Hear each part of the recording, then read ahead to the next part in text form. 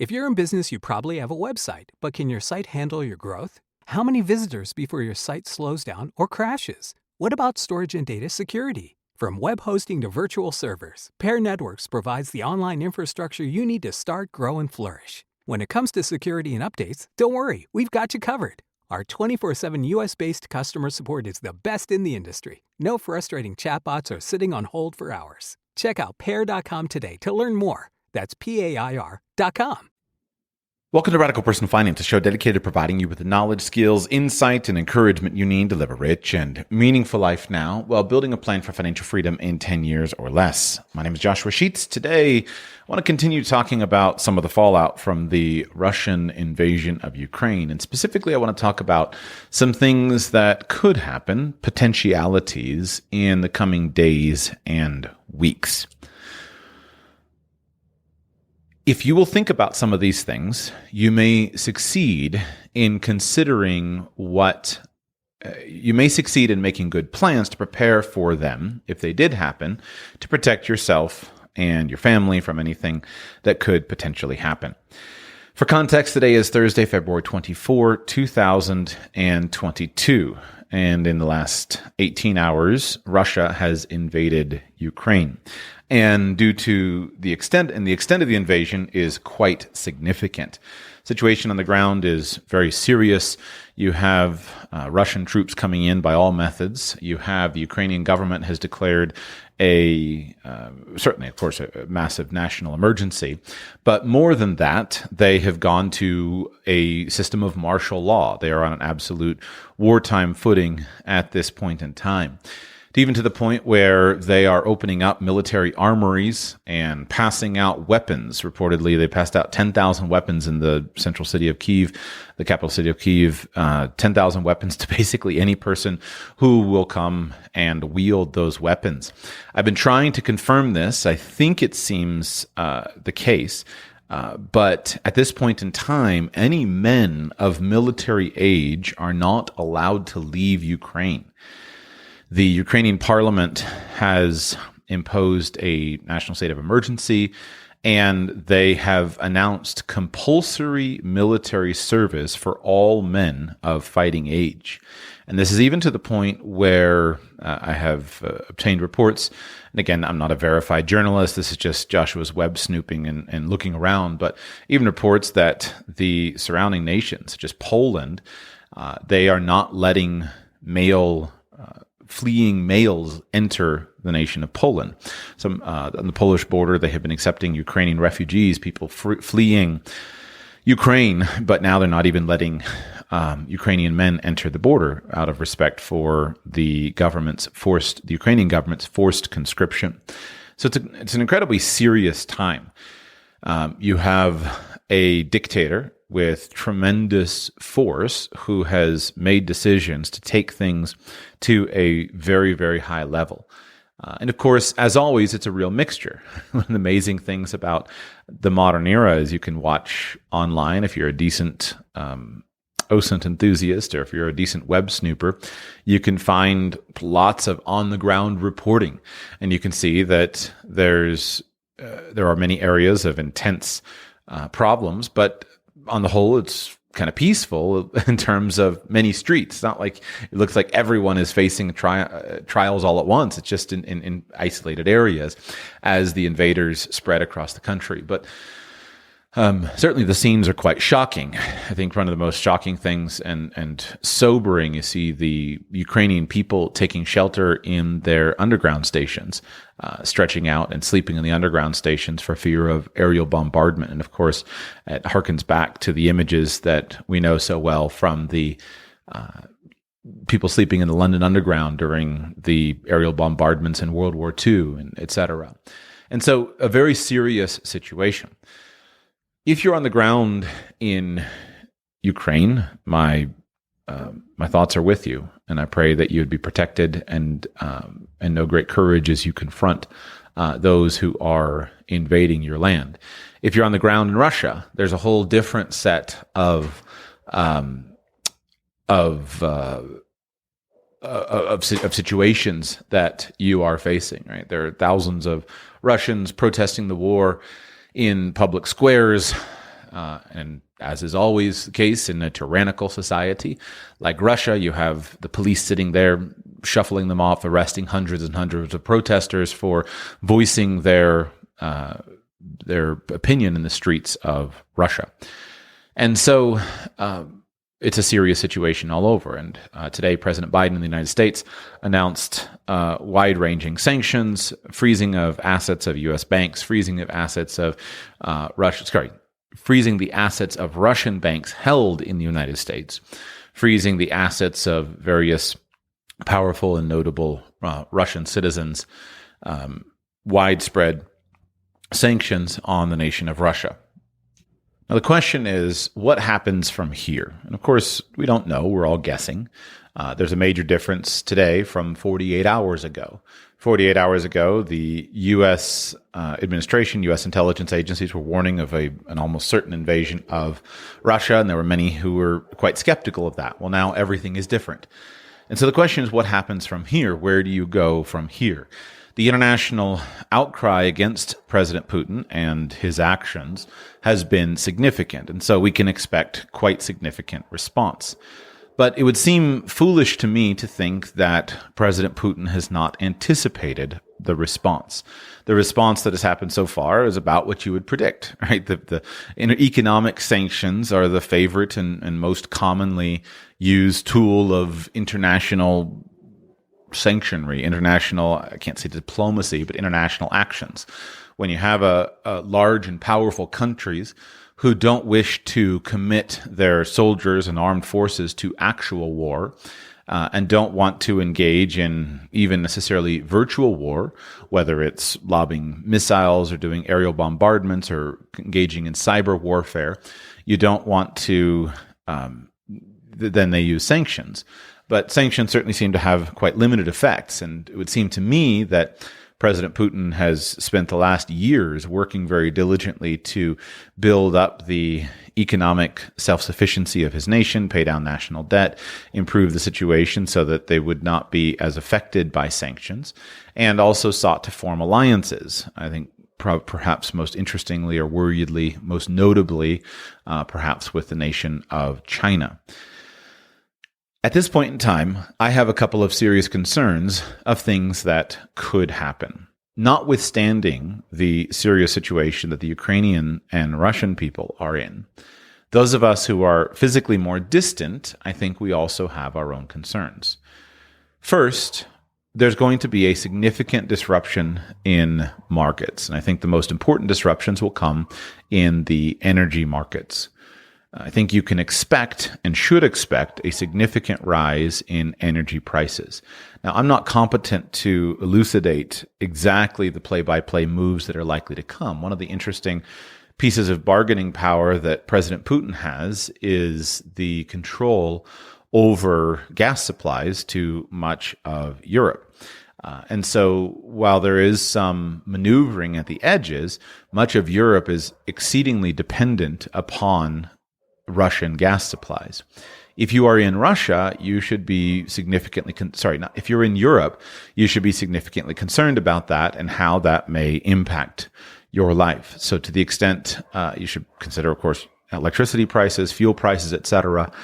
Heating prices may be significantly affected.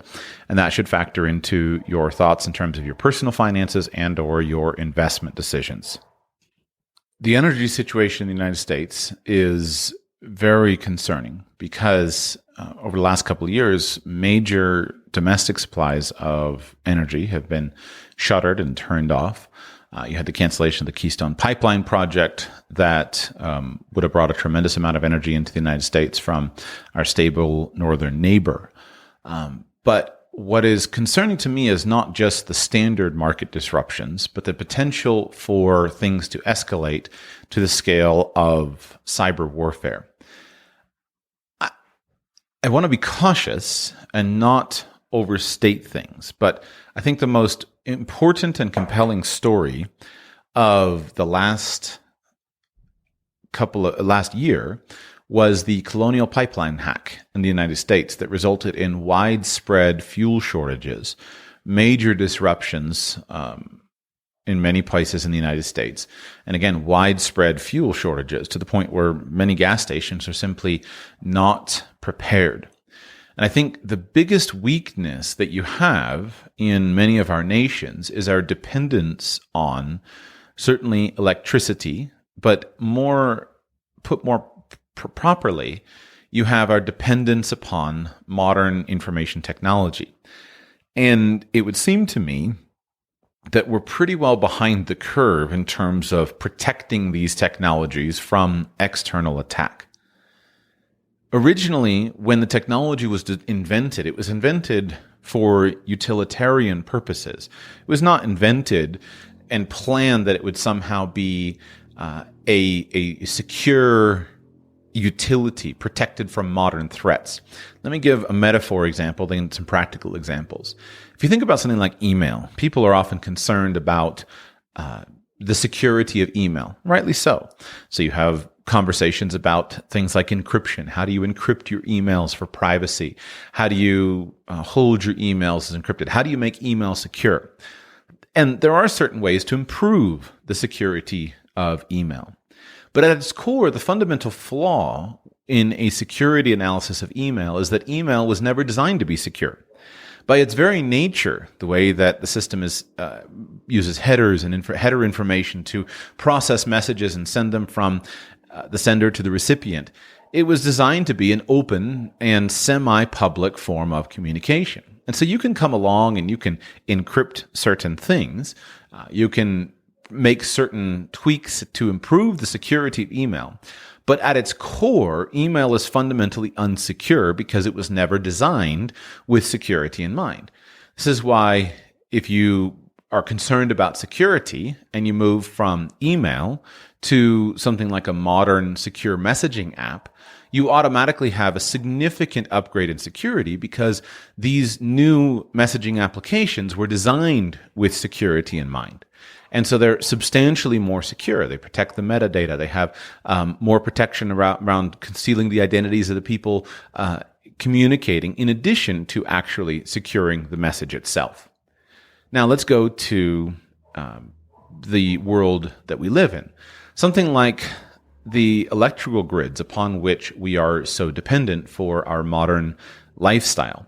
The electrical grids were originally an analog system, and then they became a digitally operated and intelligently operated grid system. But these grids were not originally designed to be secure. You didn't have the U.S. military coming in and building a grid to be protected. Rather, what you had was computer scientists saying, let's make this more efficient. But there were lots and lots of vulnerabilities in the electrical grid. And one of the things that's so shocking is when you start to look into attacks upon various electrical grids, there's abundant evidence of many people who have attacked things like an electrical grid. Similar with other aspects of data, information security, et cetera. And again, you saw in the Colonial Pipeline situation, the debacle from this past year, that it's quite possible for smooth, sophisticated people on the other side of the world to manipulate something as basic and mechanical as a pipeline to very disastrous effect. What do you think about other recent stories? This last couple of weeks in the Canadian Freedom Convoy protests, you had, remember what you had with the financial situation. So originally the Canadian truckers had a GoFundMe account set up. Then the Canadian government sued GoFundMe and said, we're going to block the funds.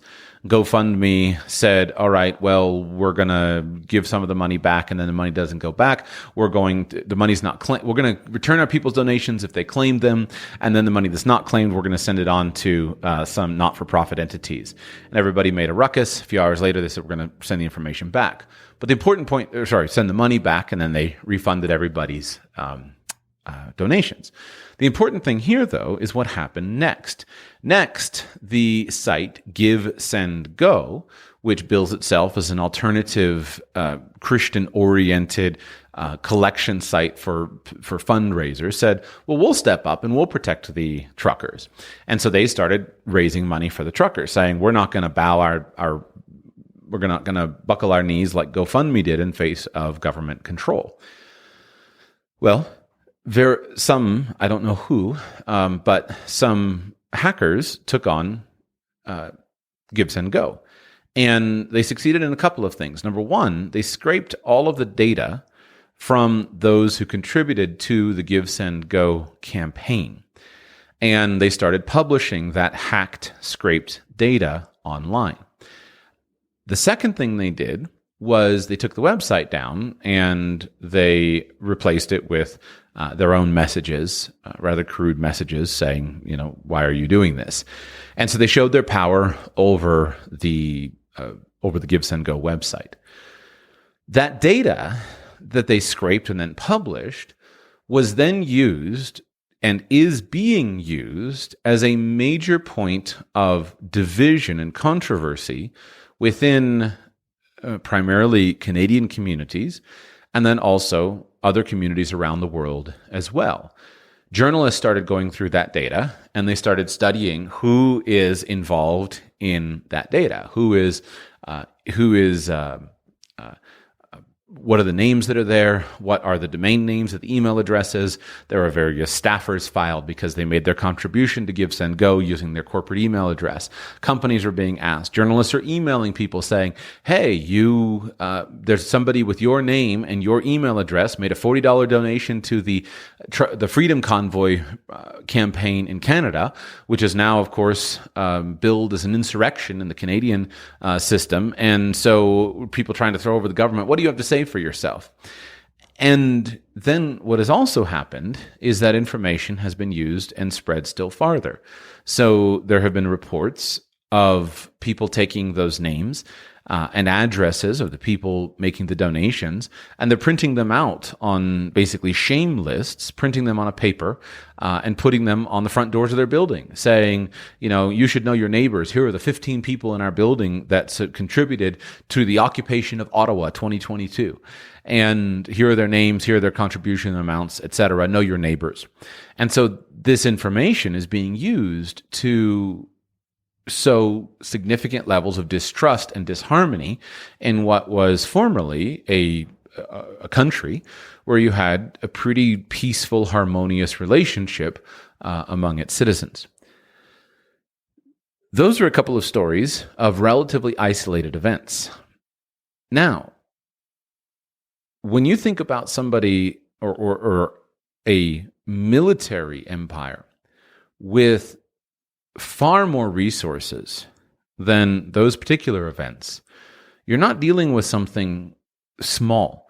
Those events are small with regard to the widespread destruction that can be raised through hacking, through cyber warfare. And the Russian cyber warfare capabilities are extraordinarily extensive. They're being used to some extent right now as the Russian armies invade Ukraine. They'll be used by the dictator of Russia himself as he suppresses dissent, as he works in his own society. He will use his cyber warfare capabilities. The question is, will those cyber warfare capabilities be used beyond the borders of Russia and Ukraine? I don't know, but I consider it a significant threat, very much worth thinking about. What would that look like? I don't know. It could be quite significant in terms of disruption of electricity grids, disruption of pipelines. Those things could be seriously costly and seriously disruptive. They could be more of what Russia has been doing, significant amounts of just simply misinformation campaigns, sowing discord and distrust among societies, including the American society. That's a very, very significant and powerful thing. You see that right now. You see that right now the political administration in the United States enjoys extraordinarily low levels of consensus and support because of the widespread distrust among the American population. The significant levels of acrimony, of infighting, of arguing, etc., has been enhanced by many misinformation campaigns. It's hard for me to assess the percentage of the blame, how much goes to real, legitimate conversations over and disagreements over the issues at hand, how much is to blame for people for the fundamental nature of the downsides of communicating with one another on Twitter, how much is due to the Russian misinformation farms. I don't know, but I do know it's a significant problem, and it makes it very, very difficult for a nation to give some kind of unified, effective response. I think this is a far bigger risk than many people are thinking of or considering. Again, I don't see how President Putin would gain by antagonizing a country like the United States. It would seem to me, not knowing all of his evil machinations, it would seem to me that he has his ambitions. He has tested and proven a number of times with the annexation of Crimea, the invasions in Georgia. He has tested and proven that he can take certain levels of military action and get away with it and be left alone by the rest of the world. And right now it would seem pretty obvious that no one is particularly interested in signing up to go and fight alongside the Ukrainians. The Ukrainians are pretty much on their own. Certainly, Western countries are willing to send some levels of materiel support, I'm sure intelligence support, information sharing, etc. But there's no appetite for outright side-by-side fighting with the Ukrainians from at least any government that I can see. And so it's going to be pretty much down to the Russians and the Ukrainians themselves to fight out their problems, or at least as far as they're going to go. But that doesn't mean that other countries may not be involved. I think that it's easy to, when you live in a place like the United States or in Canada, it's easy, where most of my listeners do live, it's easy to feel protected and secure. I think the United States has proven time and again that she has very little to fear with regard to outright invasion. Certainly, you can go back and you can look at the invasion of 1812 and try to learn from whatever lessons there are from that period. But in terms of actually invading the United States, it would be it is an almost impossible country to invade from a military perspective.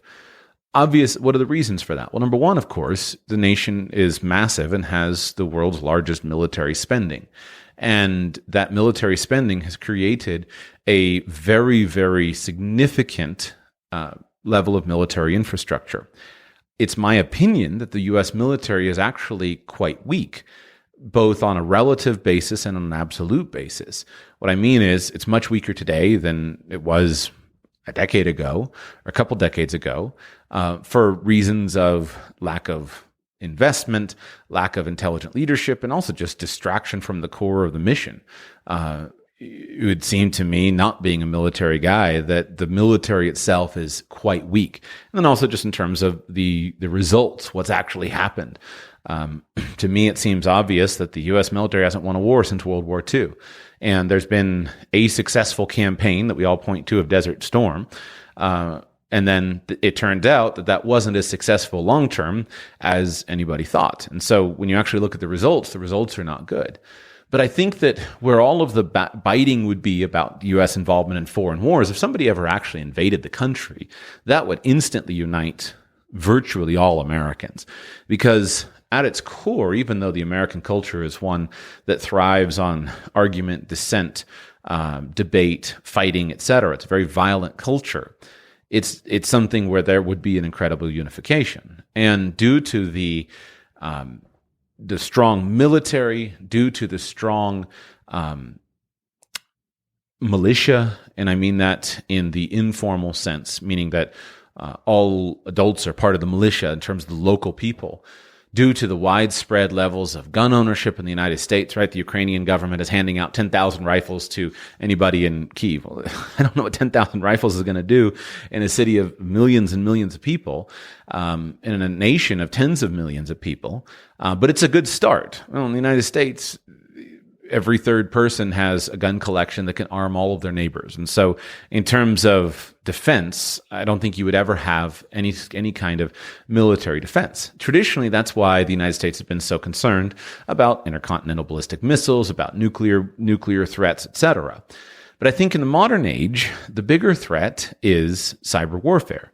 I think the bigger threat is disruption due to cyber warfare, because the Russian military could unleash a series of cyber attacks on the United States that could be broadly devastating, very, very devastating in terms of actual impact, actual disruption, actual empty gas stations, actual electrical plants not working anymore, actual fires blown off due to voltage overloads, etc. Actual widespread destruction in cities and in economies, in terms of companies going down and computers being affected and software not working anymore, and actual effects. So whether that is most extreme levels of cyber warfare like that, or the more minor, just increasing levels of misinformation, argument, lack of distrust, more distrust between neighbors. It's very, very serious to consider the impact in the modern age. And so while I don't know that would lead to the defeat of a nation or the conquering of a nation, I think it could lead to major disruptions in your and my lifestyle, major costs. What would the response then be? I don't know. I'm not a sufficient chess player. I don't understand the dynamics at work well enough to understand where things would go, but it would not be good. Let me turn attention now to what I do think is a serious threat that needs to also be considered. And I would say it would be the increasing alliance or the increasing impact of the growth of China. And it would seem to me the biggest concern right now is, of course, Taiwan. The Chinese government has claimed the nation of Taiwan as being its own for a very long time. The nation of Taiwan bristles at that and says, no, we're an independent nation. And you have a very uncomfortable argument going on a world basis, whether Taiwan is a country or not. China has so far held back from militarily forcing itself on Taiwan and invading Taiwan. But you have a very powerful nation, the nation of China, which has for years systematically been working on taking over and expanding its scope and expanding its influence. And many analysts have, for quite a while, expected China to sometime soon take action and go ahead and seek by force to invade Taiwan. I don't understand myself how these countries think that their military invasion is going to do any good, right? I don't understand how the Russian nation or how President Putin could think that his invasion of Ukraine is going to do any good if the Ukrainian people are not with him. But maybe I don't understand it. Similarly, if the nation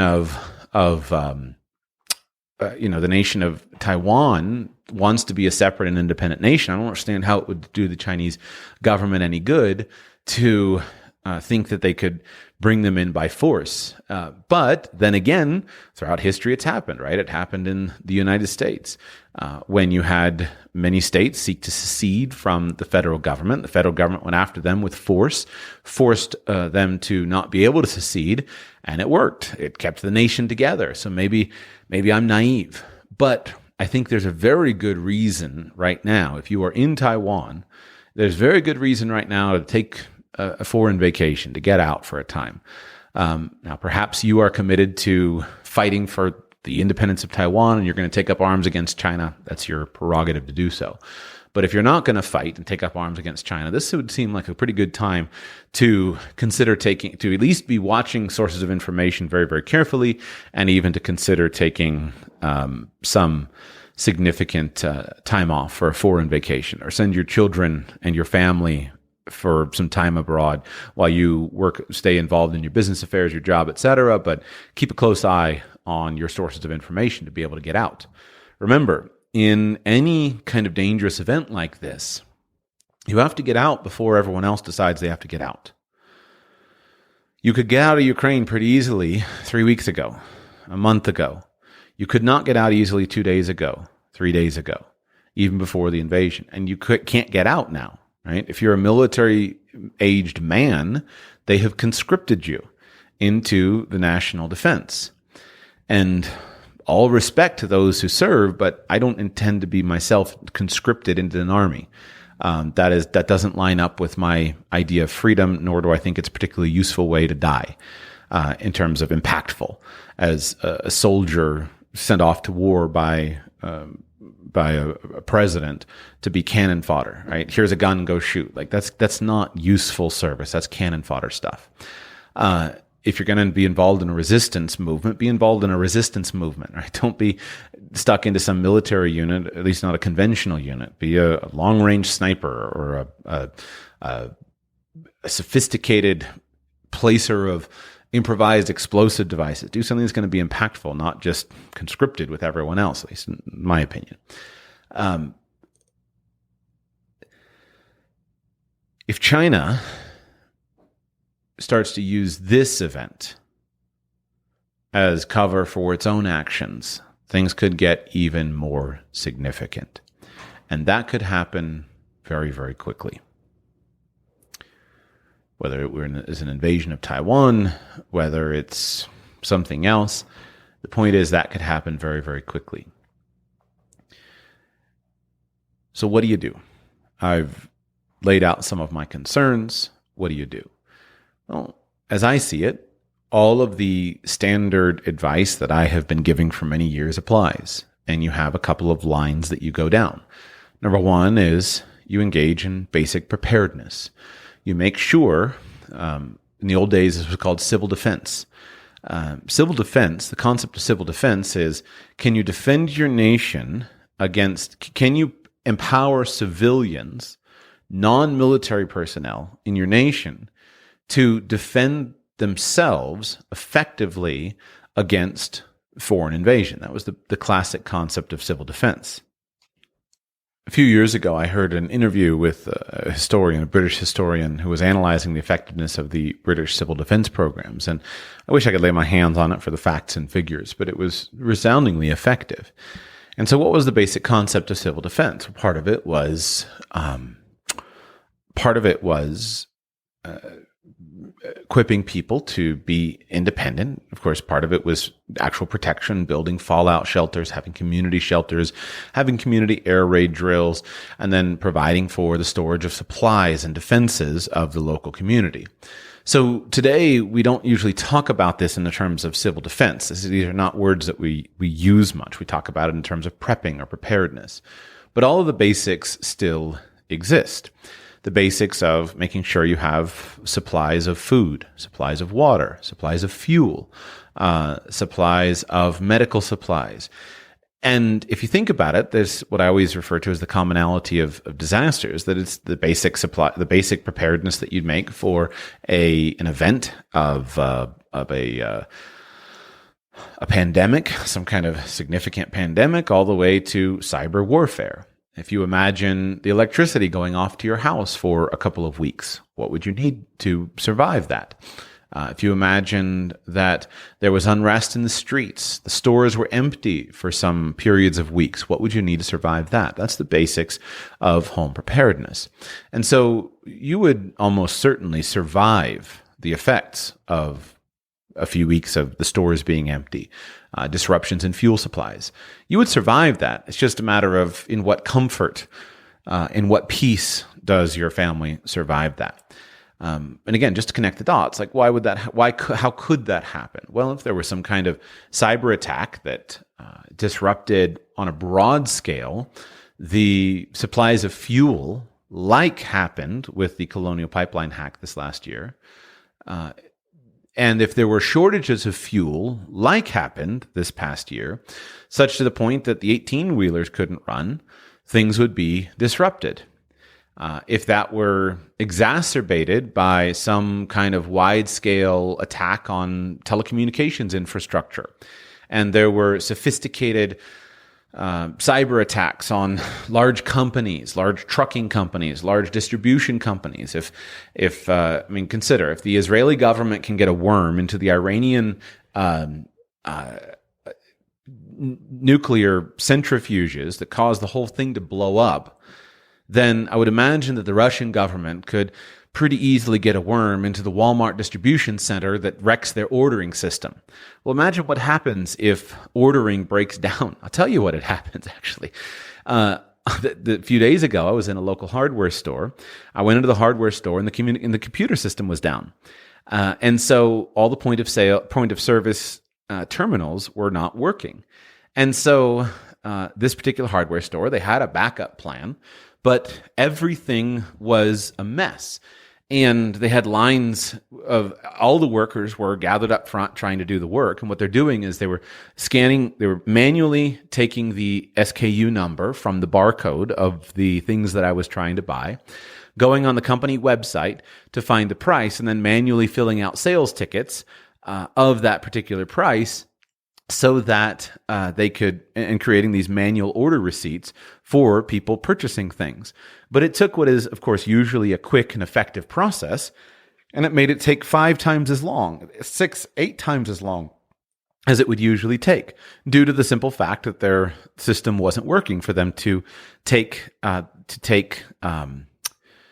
scan the code and have the computer do all the totals for you on your pricing system. Now I want you to imagine that on a more widespread basis with a company that is totally automated, such as Walmart, Home Depot, Lowe's, Kroger, Publix, any widespread store. If I were in charge of the cyber warfare department in the Russian military, and I knew that one of our long-standing enemies was the United States, I would have a list myself of the top 300 companies in every industry, and I'd have some kind of virus or worm ready to go to get into these company systems and blow them up. Not literally, but just to drive chaos into their system. American stores and global stores, right? It doesn't matter whether it's Carrefour in France or Walmart in the United States or Intermarché elsewhere. Like, it's all the same. Stores, everything is run on the just-in-time inventory system. That's what remember for years. I've talked to you about this. And the just-in-time inventory system is an amazing, amazing invention of the modern age. It is extraordinarily efficient, keeps prices low, and it keeps more selection on the shelves than anything ever imagined in human history.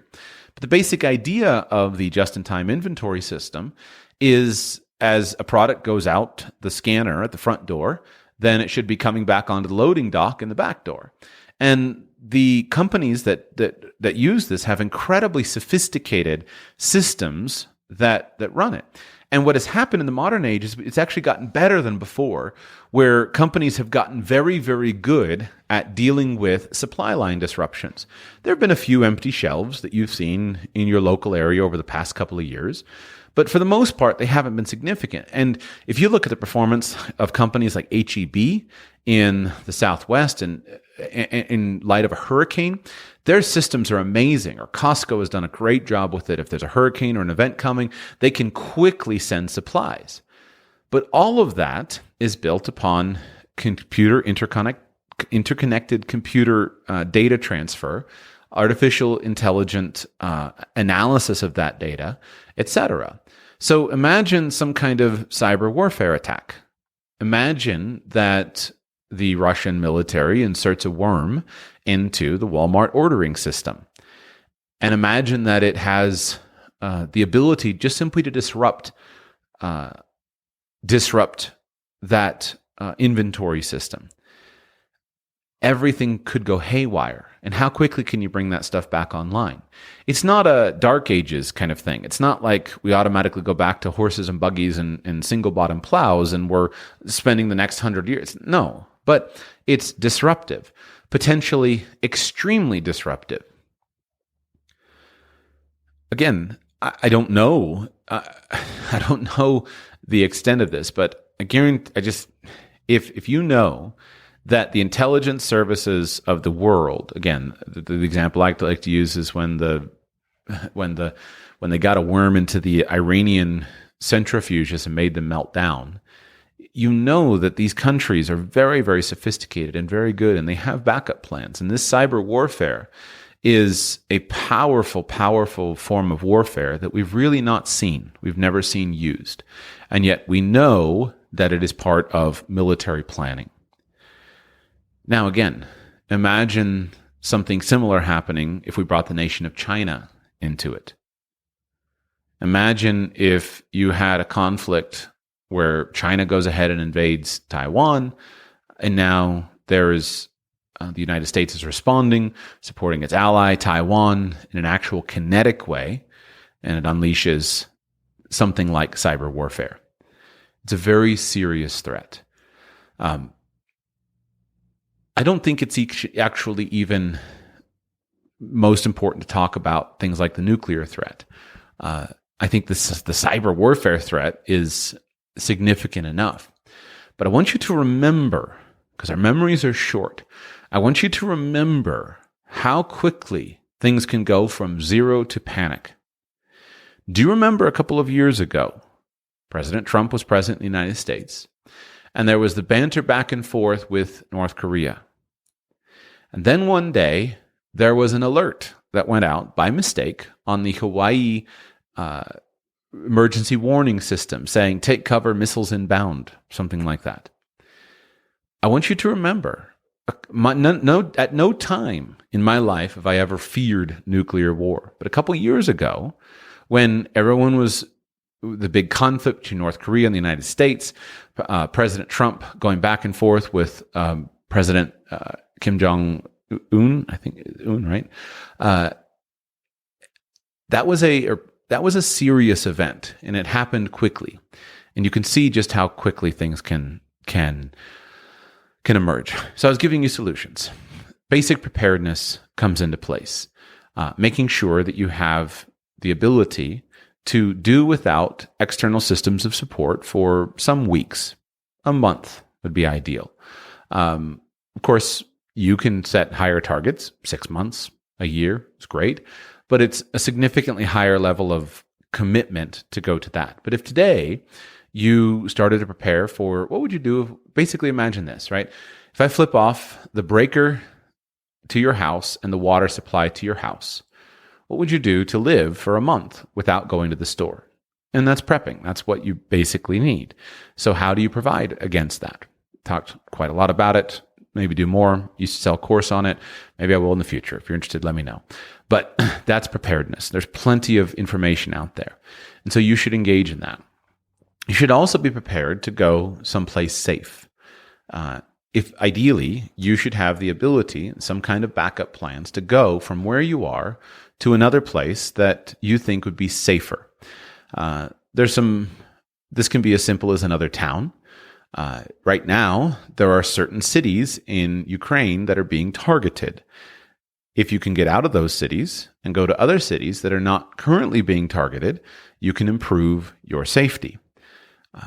Again, I don't expect hot warfare in the United States, but local events can make certain places undesirable. Big cities can be especially flammable. So, do you have a safe place to go? If money is no option, I would just keep a vacation house, a country vacation house. A wonderful place to go that's a backup place. It's out of the main city. That's a place that your family enjoys going. Why?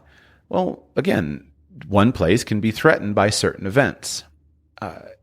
This is where you do get to the area of, what if there were actually a nuclear threat? Do you have the ability to go to a place that's less of a target? Although, of course, you could choose your housing decisions by picking a book like Joel Skousen's Strategic Relocation, which puts nuclear target maps, and you analyze your state and you analyze your city based upon likely nuclear targets and likely wind flows, etc. Most of us don't choose our housing like that. But if you had the ability to go from a big city, you'll sleep better to a country house, a country vacation house. You'll sleep better at night. If you had the ability to leave a country that was involved in a conflict and go to a country that's not involved in a conflict, you'll sleep better at night. So this is where we get into kind of this dual-fold scenario. One is preparing to be secure in your home. The other is preparing to leave a place that is bad and go to a place that is better. That leaving can be local, moving from a neighborhood that's threatened by floodwaters to a neighborhood that's not threatened by floodwaters, going inland 20 miles to get away from the significant risk of storm surge in a storm or wind damage. It can be regional, seeking to go from a regional that's heavily affected by an event, region that's affected by an event, to a region that's less affected, or it can be international, seeking to go from a country that is involved in some kind of international conflict to a neutral country, something like that. So more on that in the days to come. Just want to encourage you, be prepared. Be prepared with as best you can with whatever that means to you. Because things have gotten significantly more perilous. I hope and pray that the perilous reality in which we live at the moment calms down and becomes less perilous. But I wanted to point out to you a couple of scenarios that are reasonable, realistic ways that things could get much more difficult in coming weeks and months. It's worth considering those scenarios. As I stated this morning, it's worth believing that they can happen, and then it's worth protecting yourself against them. I feel like my list of preparations is incomplete. For example, in your company, I think as best you're capable of, you should think about what would happen if your company suffered a cyber attack. What would happen if your information were leaked out? I had planned to do a show on information privacy. Maybe I'll do that soon. But in light of the Give, Send, Go hack, it's important to always think about information privacy.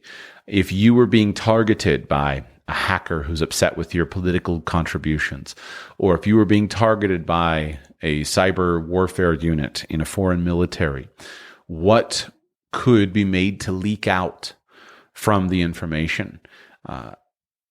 That's even without going to the level of paranoia of your smart devices or your connected house. Just what information would you not want to become public? And is that information protected as a matter of course? None of us are perfectly protected, but it's worth thinking about. It's worth considering. It's worth making sure that you have PDF backups of your bank records stored in an offline file, right? This is the classic conundrum, is that the things that you prepare to do to prepare for one thing often turn out to be not so great in another. So an example would be having paper backups. Generally, I would advise you against receiving paper statements, paper investment statements, paper credit card statements, paper bank statements. I advise you against receiving those things because they pose, in today's world, a significant risk of identity theft. A mailbox pirate comes along and gains access to the information. The paper itself is often not well secured, and somebody can break into your home safe or your desk drawer and often have access to your private information. So I generally believe that it is better for you to have your financial records stored on the encrypted website with a secure login for you, and then you can go and get them when you need them. The problem is that most of us are lazy about going and getting those records. And so if Vanguard or Fidelity suffered a hack, I just want you to imagine, right? Imagine the chaos that could be strewn across the world and across American society if Vanguard were targeted by the Russian military with a sophisticated hack, a sophisticated worm or some kind of malicious code that is installed in it. Vanguard, I'm sure, works very hard to be protected from that, but they're not ready for an attack from a foreign nation-state actor. I spend enough time listening to talks by hackers, to red team planners. I spend enough time listening to them to know that a determined adversary can get into any organization, any computer system, et cetera. And so I just have a hard time believing that if I were in charge of a cybersecurity department in a large foreign nation state, and I had plans of how I'd disrupt the United States, again, I don't believe that I could be successful attacking the United States with an invasion force. I don't think that I would even probably be successful attacking the United States with an intercontinental ballistic missile, conventional or nuclear. That would just not be good, and there would be a disproportionate response. But I do think I could be very successful at completely disrupting the United States with a cyber attack. And so if I were in charge of a cybersecurity or cyber warfare environment, I would have a list of the top 10 banks. Bank of America, Chase Bank, Wells Fargo. Just go down the list of the top 10 banks. And imagine a sophisticated attack against those top 10 banks. I would include the top 10 investment companies, Vanguard, Fidelity, even the little ones, like how to mess up E-Trade, Robinhood. Just go down the list. I would have targets and plans and software prepared for those, attacking those entities. And so again, imagine that the files of these computer systems are completely disabled of these banking and investment companies. Think about the havoc that would wreak on the U.S. society, on the U.S. stock market, on the U.S. Financial system. It would be very, very serious. So I don't know necessarily that having offline copies of your financial data is necessarily going to help you in an event like that, but it probably can't hurt. So things like that. And again, I just go back to the solutions that are realistic. All day I've been tweeting pictures of lines at ATMs in Ukraine, people trying to get their money out of the bank. Make sure you have cash. Make sure that you have a plan to. I'm going to stop there. I go over the solutions nonstop. So just wanted to bring you some sobering commentary on what could happen from here. And we hope that it will not happen, but things have changed dramatically in the last 18 to 24 hours. Depending on what happens in the coming days, things could change more dramatically indeed. And wasn't it, I think there was Lenin had some kind of quote that was something like, sometimes you can go decades with only days happening, and sometimes you can live decades in a couple of days. And so it's very possible that in the days to come, that would be the case. Be thoughtful, and may God be with you and your family as we pray for and support the people being victimized in Ukraine and elsewhere right now. For the ones who work hard to ensure their crew can always go the extra mile, and the ones who get in early so everyone can go home on time, there's Grainger, offering professional-grade supplies backed by product experts so you can quickly and easily find what you need. Plus, you can count on access to a committed team ready to go the extra mile for you. Call, click Grainger.com, or just stop by. Grainger, for the ones who get it done.